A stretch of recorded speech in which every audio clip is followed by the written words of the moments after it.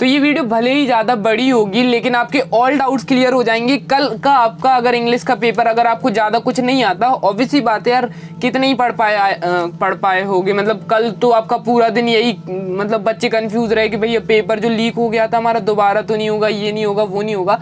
तो यार बहुत कम चांसेस है कि दोबारा होगा क्योंकि वो मैच नहीं किया है ना।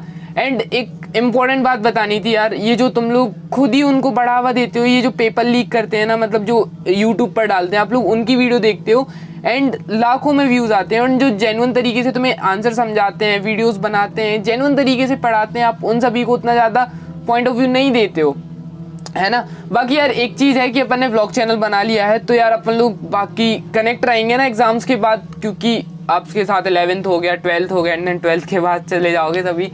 तो एक ब्लॉग चैनल बनाया है, तो 500 सब्सक्राइबर कंप्लीट कर दो, उसके बाद अपन लोग ब्लॉग्स बनाएंगे। अब मुझे नहीं पता कैसे आते हैं, उस पर क्या कुछ करना पड़ता है, बाकी वो देख लेंगे। तो चलो इंग्लिश के पेपर में अब सबसे अभी आप बैठ जाना, वीडियो को खोल लेना। अब आपको जो जो चीज़ एक एक बात को बिल्कुल से बिना स्किप करे वीडियो को देखते जाना है, ठीक है।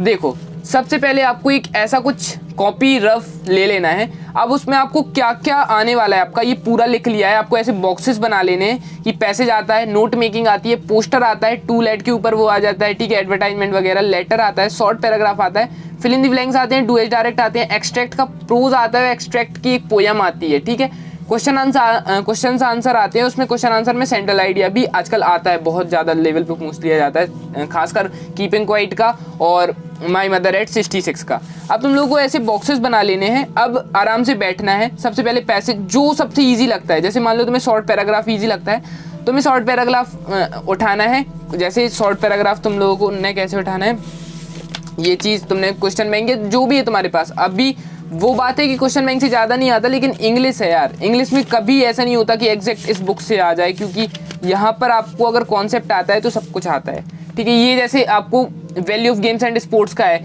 आपको ये पढ़ लेना है, ठीक है, पढ़ लिया। 2-3 इंपॉर्टेंट है, जैसे ये हो गया एंड पॉल्यूशन के ऊपर हो गया एंड कोविड-19 का हो गया, तो इट्स इनफ, क्योंकि अपने पास इतना ज़्यादा टाइम नहीं है कि अपन लोग एक एक चीज़ को पर्टिकुलर टाइम दें, तो यहाँ पर टिक किया।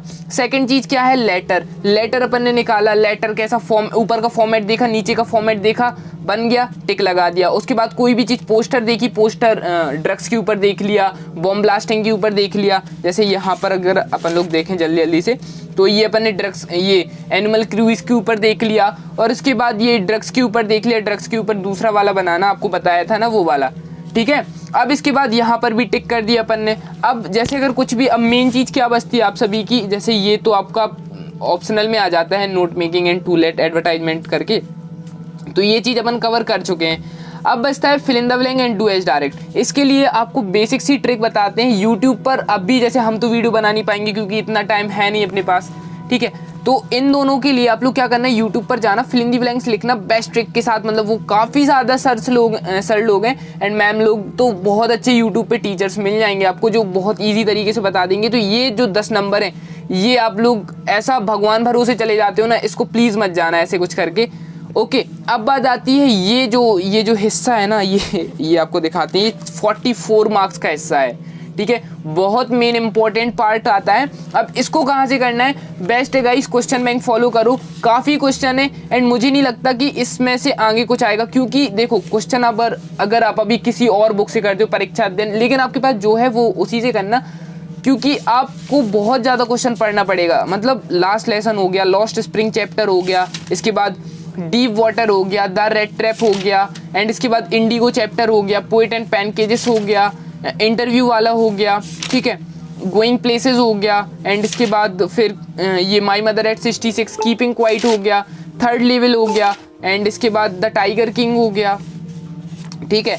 अब और उसके बाद journey of the end of the earth, the enemy, ठीक है, एंड इसके बाद on the face of it, तो इसके बाद अपन का ये memories of childhood and then ख़त्म, ठीक है। अब अपन लोग इतना तो पूरा कर नहीं सकते, आपको खुद लगता है कि एक दिन में कर लोगे, जिसकी पहले से तैयारी है वो तो कर लेगा, लेकिन जिसकी नहीं है तैयारी, है ना, मतलब जिसको एवरेज है बच्चा या फिर बिल्कुल से ऑफ है, तो वो क्या करे, उसके लिए ट्रिक ये है कि चैप्टर्स को समझो। मतलब चैप्टर को आपकी हिंदी आनी चाहिए, आपको चैप्टर की हिंदी बहुत अच्छे से आनी चाहिए कि आपको पता है कि द लास्ट, जैसे अभी आपको बता देते हैं, एक एक करके सभी की बता देते हैं, और इनमें से आपको कौन कौन से क्वेश्चन पढ़ते जाना है, आपको ये बस वीडियो देख लो, आपको सारे डाउट्स क्लियर हो जाएंगे।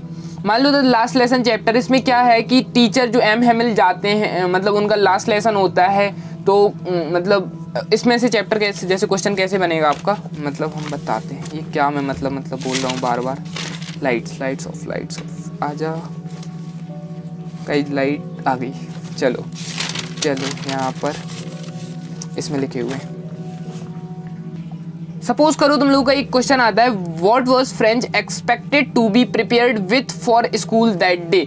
मतलब फ्रेंच क्यों क्या मतलब प्रिपेयर्ड करके नहीं गया था स्कूल उस दिन, तो उनने एक वो दिया था होमवर्क पार्टिसिपेंट्स का कि ये चीज़ तुम्हें फ्रेंच कंप्लीट करके आना है, अगर तुम नहीं आए तो तुम्हें पनिश किया जाएगा। उसे डर लग रहा था ऐसा कुछ करके, ठीक है। What had been put on the bulletin board पर क्या लिखा था, तो उधर पे ये लिखा था कि जर्मन में, मतलब अब कौन सी लैंग्वेज बोली जाएगी, जर्मन लैंग्वेज बोली जाएगी, अब यहाँ पर फ्रेंच लैंग्वेज नहीं बोली जाएगी, है ना। तो ये चीज़ उस बुलेटिन बोर्ड पर लिखा था। और ऐसे ऐसे करके तुम्हें हिंदी जाननी है। मतलब इस Sahib happy working at the tea stall, तो क्या साहिब खुश था टी स्टॉल पर वर्क करके, तो साहिब बिल्कुल भी खुश नहीं था, क्योंकि यहाँ पर वो अपना खुद का मालिक भी नहीं था एंड यहाँ पर उसे किसी दूसरे के रिगार्डिंग वर्क करना पड़ रहा था। नेक्स्ट आता है what make the city of Firozabad famous. Firozabad famous किस लिए था, ये था बेंगल बनाने के लिए फेमस था। एंड ये अब कहाँ, बिल्कुल सेंटर ऑफ द इंडिया में पड़ता है। और ऐसा ऐसा कुछ लिख देना फिरोजाबाद किस लिए फेमस है, ठीक है।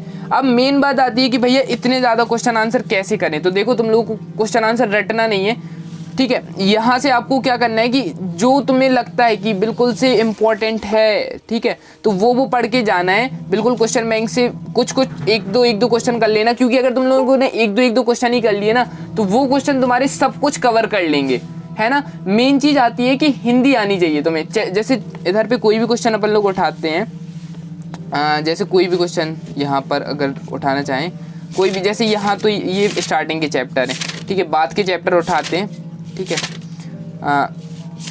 यहाँ पर ये क्वेश्चन बहुत ज़्यादा आता है, the third level refer to, है ना। और इसका एक और क्वेश्चन आ जाता है कि अब जस्टिफाई द थर्ड लेवल, मतलब जस्टिफाई करो। बहुत ज़्यादा, आप सभी को पता होगा ये क्वेश्चन बहुत ज़्यादा आता है। तो इधर पे है जैसे the third level signifies an escape of the modern world is full of insecurity fear wall. जो अभी का टाइम चल रहा है ये हमारा कैसा है, मतलब फुल ऑफ इनसिक्योरिटी, कोई भी सिक्योरिटी नहीं है, लड़ाइयाँ हो रही हैं, मतलब वॉर हो रहे हैं, वरी मतलब डर भी है फैला हुआ है, रेस्ट ऑफ इट। फिर उसके बाद the period of 1890s represent a peaceful, लेकिन जो 80s 90s का जो पीरियड था, टाइम था, वो रिप्रेजेंट क्या चीज़ बताता है कि पीसफुल लाइफ, कितनी अच्छी लाइफ थी उस टाइम पर। Not possible in the present era, और ये अभी के टाइम, इस काल में, एरा मतलब काल, इस टाइम पर मतलब होना ये पॉसिबल नहीं है। तो वो क्या चाहता था कि वो उस जमाने में पहुंच जाए, द थर्ड लेवल में पहुंच जाए, वो ये चाहता था, ठीक है। आप सभी को हर चैप्टर की हिंदी आना चाहिए, क्योंकि इतने ज़्यादा क्वेश्चन आंसर एक दिन में कवर कर पाना इम्पॉसिबल है। एक दिन बचा भी कहाँ है, अब लास्ट टाइम बचा है। एंड तुम सभी को बहुत सी चीज़ें करनी है, जैसे letter format, application, poster making, ये सब चीज़ें। एंड क्वेश्चन आंसर के लिए एक तो साल भर टाइम देना चाहिए था, एंड जिनने साल भर टाइम दिया है वो क्वेश्चन आंसर रिपीट भी कर सकते हैं। जिनने नहीं दिया है तो कोई भी आंसर को छोड़ना नहीं है, सब आंसर की हिंदी याद करना है। एंड कोई भी क्वेश्चन आता है, मतलब कोई भी, देखो वो लोग घुमा के क्वेश्चन देंगे। सपोज कि उनने दे दिया हु वॉज डॉक्टर सडाओ, मतलब अब तुम्हारे माइंड में आएगा डॉक्टर सडाओ कौन थे। तो डॉक्टर सडाओ एक कहाँ के, जापान के डॉक्टर थे। और वो क्या, उनके पास मतलब एक दिन वो अपनी वाइफ के साथ मतलब बीच के किनारे टहल रहे थे, जब एक आदमी आता है एंड उनके पास ऐसा मतलब वो लहूलुहान रहता है। तो ये पूरे चैप्टर की समरी है। फिर वो उसको घर ले जाते, उसको ठीक करते हैं। जब उन्हें पता चलता है ये तो अमेरिका का है, ठीक है, उनका दुश्मन है, लेकिन फिर भी वो उनका इलाज करते हैं। फिर वो वहीं उन्हें वापस छोड़ देते हैं एक टापू पर। तो ऐसा ऐसा करके तुम्हें चैप्टर समरी याद होनी चाहिए। इसके लिए तुम लोग क्या कर सकते हो, यूट्यूब पर एनिमेशन करके कार्टून में समरी डली हुई है, तो वो चीज़ तुम लोग देख सकते हो। बेस्ट तरीका है, एक दिन मतलब 2 घंटे में तुम लोग पूरी इंग्लिश कंप्लीट कर दोगे। यूट्यूब पे तुम्हें जाना है, तुम्हें लिखना है द एनामी एनिमेटेड वीडियो, है ना। तो वो एक मेरा फ्रेंड ही है एजुकेशनल भैया करके, कोई प्रमोशन नहीं है, बहुत अच्छे से वीडियो बनाता है। तुम लोग जाओगे एंड मस्त से समझ आ जाएगा, ठीक है। तो वहाँ पर तुम लोगों को ऐसे करना है, ठीक है। अब यहाँ पर जैसे हु वॉज डॉक्टर सडाव, तो Sadao was a famous surgeon and scientist. Sadao कौन थे? एक फेमस सर्जन थे। सर्जन समझते हो ना, जो ऑपरेशन वगैरह करते हैं। And scientist of Japan, Japan के साइंटिस्ट, मतलब उन्हें वो भी कहा जाता है, बहुत ही फेमस थे। ही वॉज सिंपैथेटिक मैबन who was remain loyal of his profession even adverse situation, मतलब वो बहुत लॉयल थे एंड वो बहुत अच्छे इंसान थे। और इसके बाद he lived in natural square stone house in Japan with birds upon rocks एवं narrow beach of a Japanese cold. इनके बारे में बताया कि इनका जो घर था वो कैसा था, ठीक है। एंड ये जापानीज कोस्ट के कहाँ पर रहते थे? नैरो मतलब उधर पे जहाँ क्या बोलते बीच है, वहाँ उनका घर था, ठीक है। ये सब चीज़ें बतानी है। तुम्हारे मतलब अगर चैप्टर से रिलेटेड कोई भी क्वेश्चन आता है तो तुम्हारे माइंड में उस चैप्टर से रिलेटेड समरी आनी चाहिए। एंड तुम्हें वो समरी पता है तो तुम उसका आंसर बना लोगे। कुछ का कुछ लिखने से अच्छा कि समरी लिखो एंड मार्क्स पूरे मिलेंगे, क्योंकि एग्जैक्ट आंसर कोई भी बच्चा नहीं लिखता है। कि अगर आप सोचो कि भैया हम ही नहीं याद कर रहे हैं, तो ऐसा नहीं है। तुम बेस्ट हो और बेस्ट हो, ठीक है। तुमसे अच्छा कोई है भी नहीं, क्योंकि तुम्हें पता है कि उस सिचुएशन से लड़ना कैसे है ना। जिस दिन तुम्हें लड़ना आ गया, तुम कुछ भी हो, एग्जाम है तो कोई भी यार सिचुएशन हो, तुम लोग इजीली हैंडल कर सकते हो।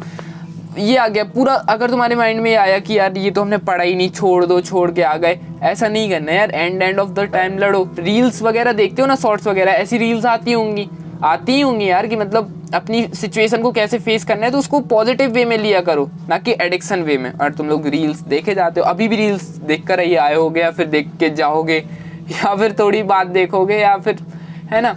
ये बहुत डेंजर वाला एडिक्शन है। तो इस चीज़ को जितना हो सके कम करो, क्योंकि ये अभी तो ठीक है, लेकिन बाद में ये प्रॉब्लम दे सकता है, ठीक है। होप सो अभी जिस वीडियो का जो अपना मोटिव था कि तुम लोगों को समझाना कि समरी पता होनी चाहिए चैप्टर की, है ना। क्योंकि इतने ज़्यादा क्वेश्चन आंसर, एंड फिर जैसे समरी पता चलती है, फिर तुम क्वेश्चन पढ़ोगे, तुम्हें ऐसा हलवा टाइप का लगेगा, यार ये भी बनता है, ये भी बनता है, सब बनता है, ऐसा होगा सिचुएशन। तो बस ये चीज़ फॉलो करके देखो। एंड शाम को इसी वीडियो में कमेंट करना है, एंड पूरे आज दोपहर भर तुम लोग समरी देख डालो पूरे चैप्टर्स की।